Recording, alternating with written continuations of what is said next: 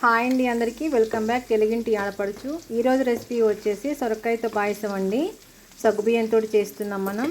ఈ healthy recipe కోసం ఎలా చేయాలో చూద్దామండి. దీనికోసం ముందుగా స్టవ్ వెలిగించుకొని కళాయి పెట్టుకొని 3 స్పూన్ల నెయ్యి వేసుకొని జీడిపప్పు బాదం పప్పులను వేయించి ఒక బౌల్లోకి తీసుకోవాలండి. ఇదే కళాయిలోకి మనం సొరకాయ తురుమును తీసుకోవాలి. సొరకాయని పీల్ తీసేసుకొని కట్ చేసుకొని మధ్యలో ఉండే వైట్ ప్లాటర్ని తీసేసుకొని తురుముకోవాలి. ఇలా తురుముకున్న సొరకాయ తురుము వచ్చేసి 200 గ్రాముల క్వాంటిటీ తీసుకున్నాను నేనైతే.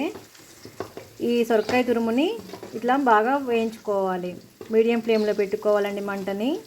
ఈ వేయిస్తున్నప్పుడు సొరకాయలోకి ఆటోమేటిక్గా వాటర్ వచ్చేస్తుంది కదా, ఈ వాటర్ అనేది పూర్తిగా తగ్గే వరకు వేయించుకోవాలి. కలబెడుతూ ఉండాలండి, మాడిపోకుండా కలబెడుతూ నీరు అనేది పూర్తిగా ఇంకిపోయే వరకు వేయించుకొని పక్కన పెట్టేసుకోవాలి. స్టవ్ మీద మరో గిన్నెలోకి పాలు తీసుకోవాలండి. ఈ పాలు వచ్చేసి నేను క్రీమ్ పాలు తీసుకున్నాను, అంటే డైరీ దగ్గర ఉన్న పాలేనండి ఇవి. ఈ పాలు 3/4 లీటర్ తీసుకున్నాను నేను.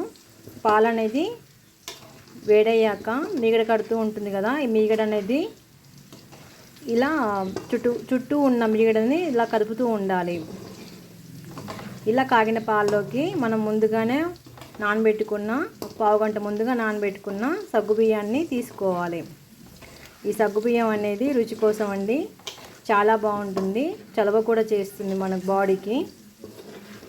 ఇలా ఉడికిన సగ్గుబియ్యంలోకి చూసుకోవాలండి, హాఫ్ బాయిల్ అయిందా పూర్తిగా ఉడికిందా అనేది. ఇలా ఉడికిన సగ్గుబియ్యంలోకి మనం ముందుగానే వేయించి పెట్టుకున్న సొరకాయ తురుము ఉంది కదా, సొరకాయ తురుముని తీసుకోవాలి. ఈ సొరకాయ తురుముని తీసుకొని కలియబెట్టుకోవాలండి. ఒక 3 నిమిషాల పాటు ఉడికించుకోవాలి. ఈ సొరకాయ తురుము అనేది బాడీకి వెయిట్ లాస్ అవ్వడానికి ఉపయోగపడుతుందండి. సొరకాయని అప్పుడప్పుడు వాడుకోవచ్చు.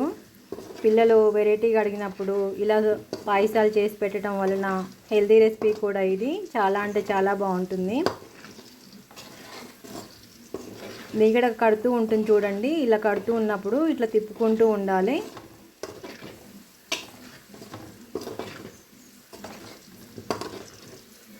ఇలా ఉడికిన సొరకాయ తురుములోకి ఒక బౌల్ షుగర్ తీసుకోవాలండి. షుగర్ అనేది క్వాంటిటీని బట్టి మీ ఇష్టం, ఎక్కువ కావాలనుకుంటే పూర్తిగా తీసుకోవచ్చు. నేను ఒక గిన్నెది మాత్రం తీసుకున్నాను.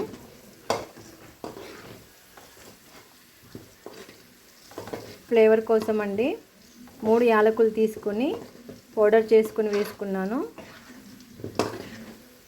రుచి కోసం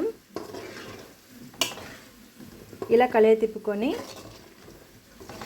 మనం ముందుగానే వేయించి పెట్టుకున్న డ్రై ఫ్రూట్స్ ఉన్నాయి కదా, వాటిని కూడా వేసుకొని కలియ తిప్పుకోవాలి. ఒక 3 నిమిషాల పాటు ఉంచేసి స్టవ్ కట్టేయటమే అండి. మీకు ఇష్టమైన వారికి సర్వ్ చేసుకోవడమే. పిల్లల కోసం చాలా బాగుంటుందండి. ఎప్పుడు సొరకాయ బూరలే కాకుండా ఇలా పాయసం చేయడం కూడా చాలా బాగుంటుంది. మీకు నచ్చితే సబ్స్క్రైబ్ చేసుకుని మన ఛానల్ని